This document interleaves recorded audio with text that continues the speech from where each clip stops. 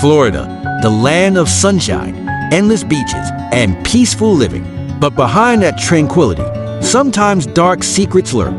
In Jupiter, a community where crime is rare, a case occurred that left everyone chilled. This case began in March 2020, when a woman named Gretchen Anthony suddenly disappeared without a trace. No one knew what had happened to her, except for a few strange clues through text messages and words from her ex-husband, David Anthony. Gretchen's seemingly peaceful life was swept away by a storm of nightmares in just one night. Vague traces, a house left behind with suspicious signs, and the neighbors' accounts of terrifying screams in the night. All of these led the police to a frightening discovery. But what had truly happened on the night of Gretchen's disappearance? Where was the truth? And who was behind this brutal crime? In an era of increasingly advanced surveillance technology, security cameras became a powerful tool in this investigation. It was the footage from these cameras that began to peel back the curtain, revealing the horrific truth about the case of Gretchen Anthony. Cameras never lie, and this time, they would tell the whole story.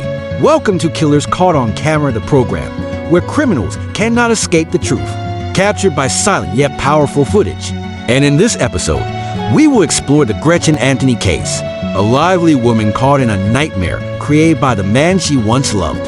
Follow the journey to justice and the most intense moments recorded by security cameras.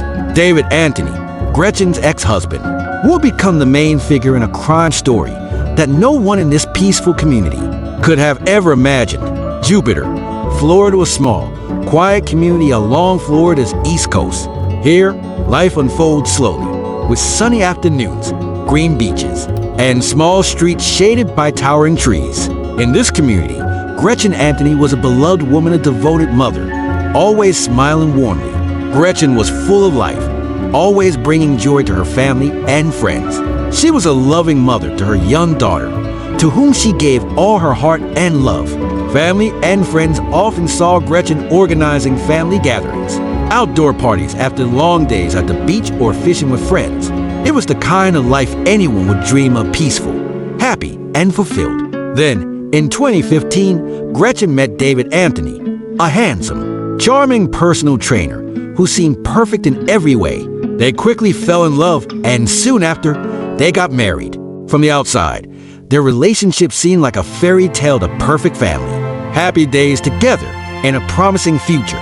But like every fairy tale, behind the perfect facade, the storm of unrest was quietly brewing. No one could have known that the relationship between Gretchen and David would turn into a tragic story, leading to a disappearance that no one could have foreseen.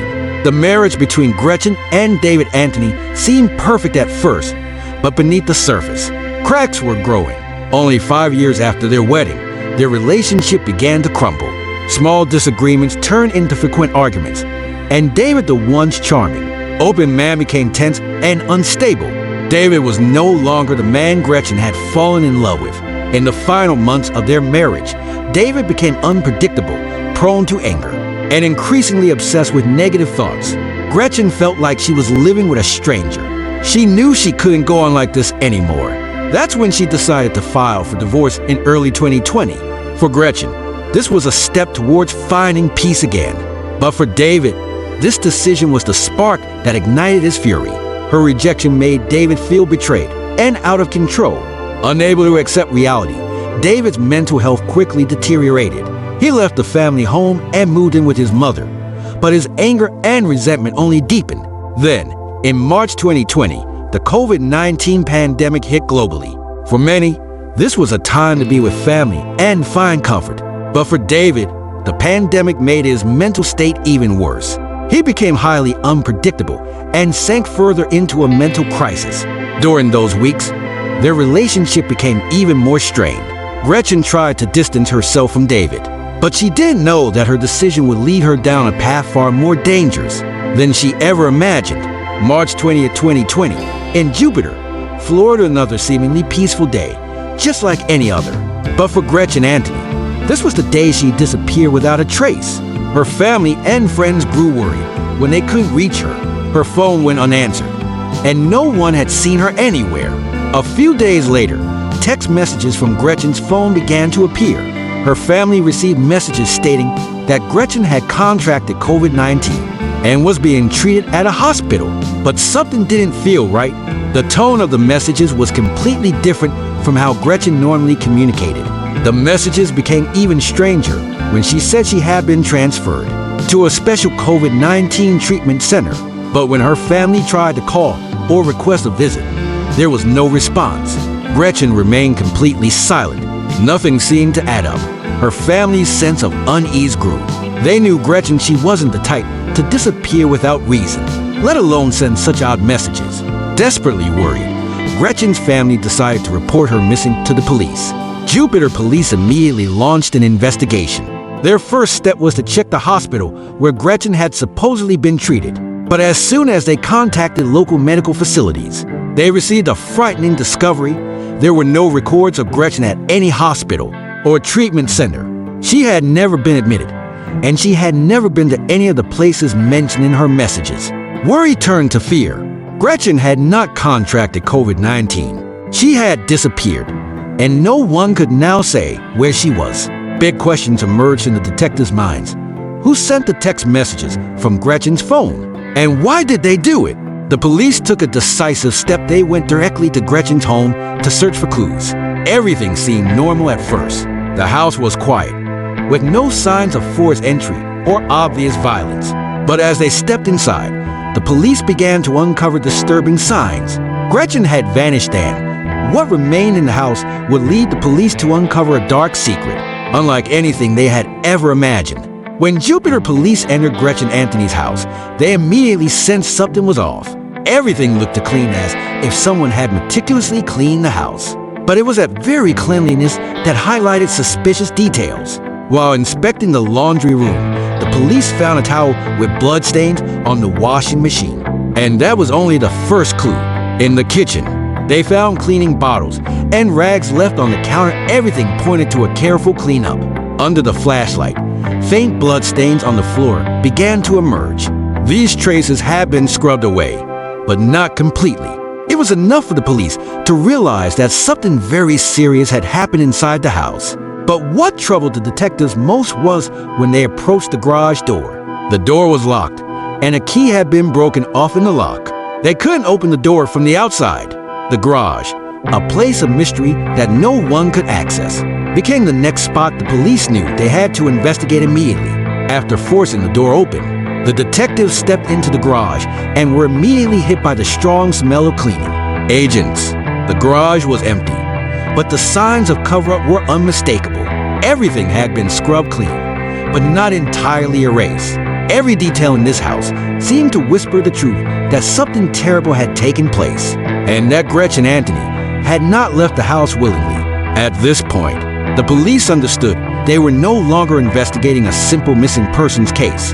This was a criminal case, and the first suspect on their mind was David Anthony, Gretchen's ex-husband. He had a clear motive to divorce, his mental instability, and his recent behavior all intensified their suspicions.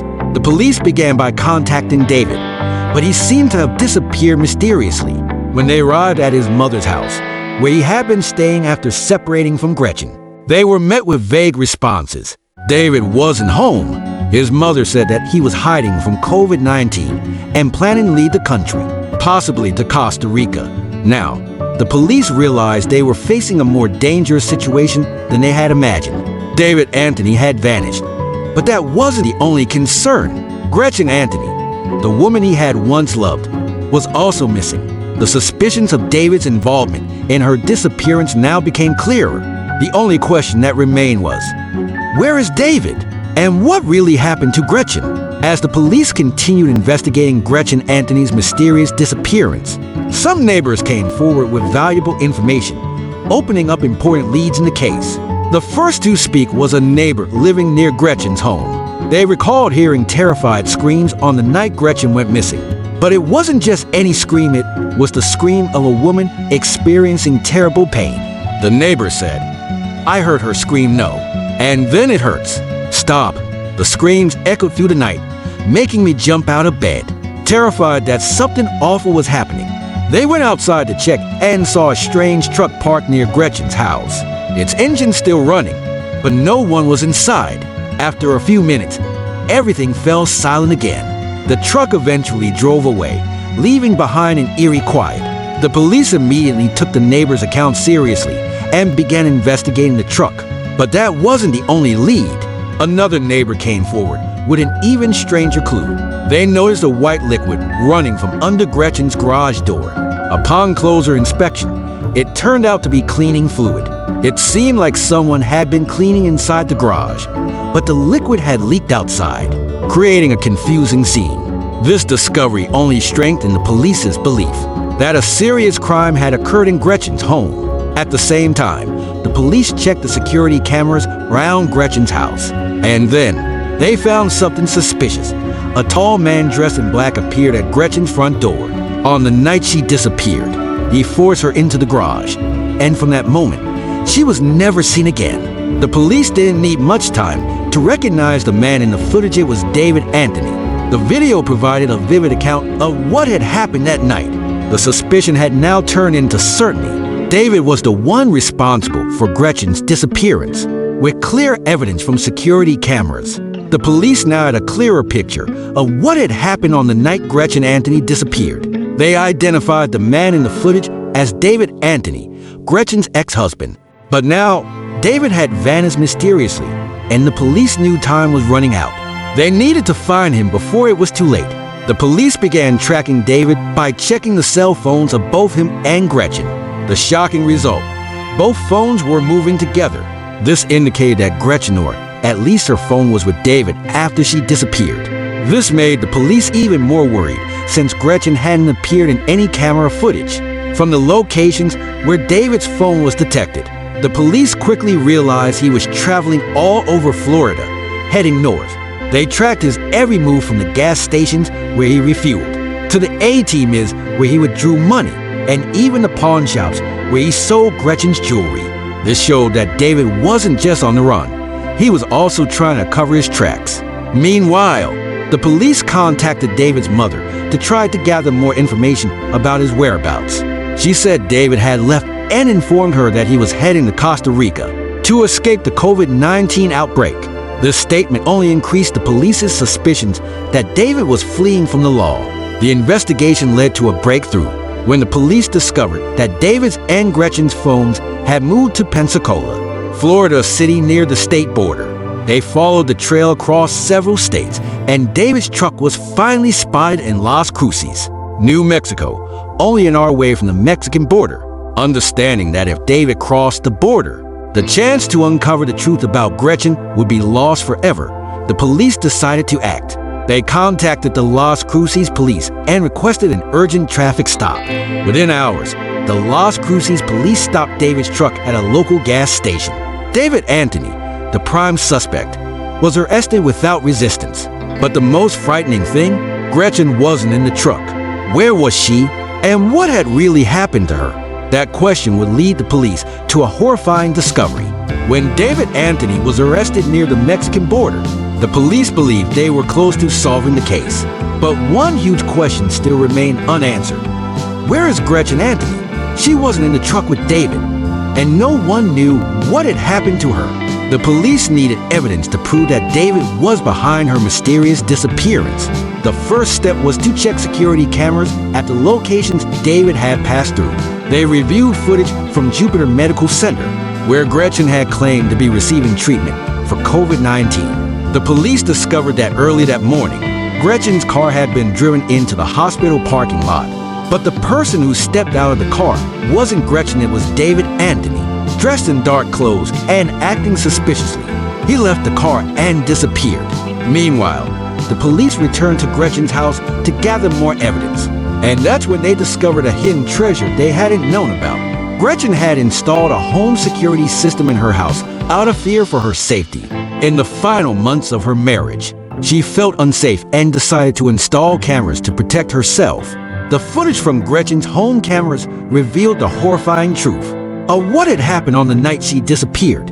In footage from the front porch, David, dressed in all black, was seen lurking around Gretchen's house in the early hours of the morning. Then the front door opened and Gretchen appeared. But moments later, she was forced into the garage by David. And that was the last time she was seen alive. These images didn't just show David at Gretchen's house the night she disappeared.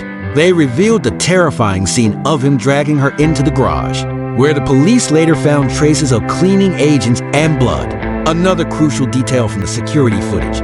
While moving around the house, David was seen looking directly into one of the cameras before removing it, not realizing that everything had already been recorded earlier. The footage from the security cameras became irrefutable evidence that David Anthony was the one behind Gretchen's disappearance. The police now had solid proof that David had forced Gretchen into the garage and likely killed her. But even with all the evidence pointing to David, the most crucial question remained unanswered. Where was Gretchen's body? The case had now shifted from a manhunt to a search for a body, and the truth of what had really happened to Gretchen was slowly being revealed. When David Anthony was arrested, the police immediately took him into interrogation. They had strong evidence. The footage from the security cameras showing David at Gretchen's house, the night she disappeared, the images of him dragging her into the garage, and her mysterious disappearance afterward. But despite everything pointing to him, David continued to deny any involvement. During the interrogations, David repeatedly claimed that Gretchen was still alive. He said she had left home to protect herself from an unspecified danger related to her job, and that he hadn't harmed her. But when investigators presented him with the undeniable evidence, David began to show signs of confusion. The police showed him the video from the security camera at Gretchen's house, clearly showing him dragging her into the garage that night. In the tense confrontation, the investigators pressed David, "You dragged Gretchen into the garage. It's all on tape. No one can help you if you keep denying it." But David continued to deny the charges, insisting that what they saw wasn't what they thought. He said, "I was just trying to protect her. I didn't hurt her." However, the investigators didn't believe his story. The confrontation dragged on for hours, but David refused to admit to the crime.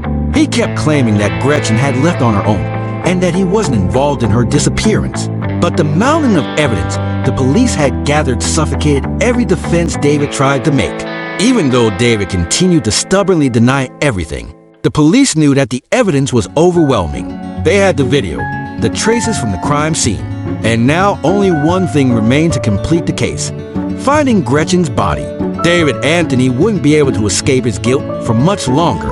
The investigation into Gretchen Anthony's disappearance had dragged on for weeks. But one burning question still lingered in the minds of the detectives and her family. Where was Gretchen's body? While all the evidence pointed to David Anthony as the perpetrator, the lack of a body complicated the case. Without a body, it would be difficult for the police to definitively charge him with murder. But what the police didn't expect was that, in the midst of this deadlock, David Anthony reached out to them. After weeks of denial, David agreed to cooperate in exchange for a reduced sentence. He admitted to killing Gretchen in a fit of rage, although he didn't offer a clear explanation as to why. He also promised to lead the police to the location where he had hidden her body. On December 21st, 2020, David Anthony led the police to a remote area in Jupiter, Florida, where Gretchen's body was buried beneath a large tree. After 9 months of being missing, the police finally found her remains. The autopsy revealed that Gretchen had been stabbed multiple times in the neck and torso, a painful and brutal death. With Gretchen's body now found, the full truth was clear. David Anthony, the man she had once loved, had coldly murdered her after she decided to divorce him. The security footage, combined with David's confession, completed the picture of this horrific crime. In a short trial, David Anthony was convicted of second-degree murder and kidnapping. He pled guilty and was sentenced to 38 years in prison, while Gretchen's family felt relieved to have finally found answers. The pain of losing her would stay with them forever. Nothing could replace the loss of Gretchen, a mother, a friend, and a beloved daughter. Those who loved Gretchen will always remember her smile and the warmth she brought to everyone around her. David Anthony will pay for his crime, but the punishment won't bring Gretchen back.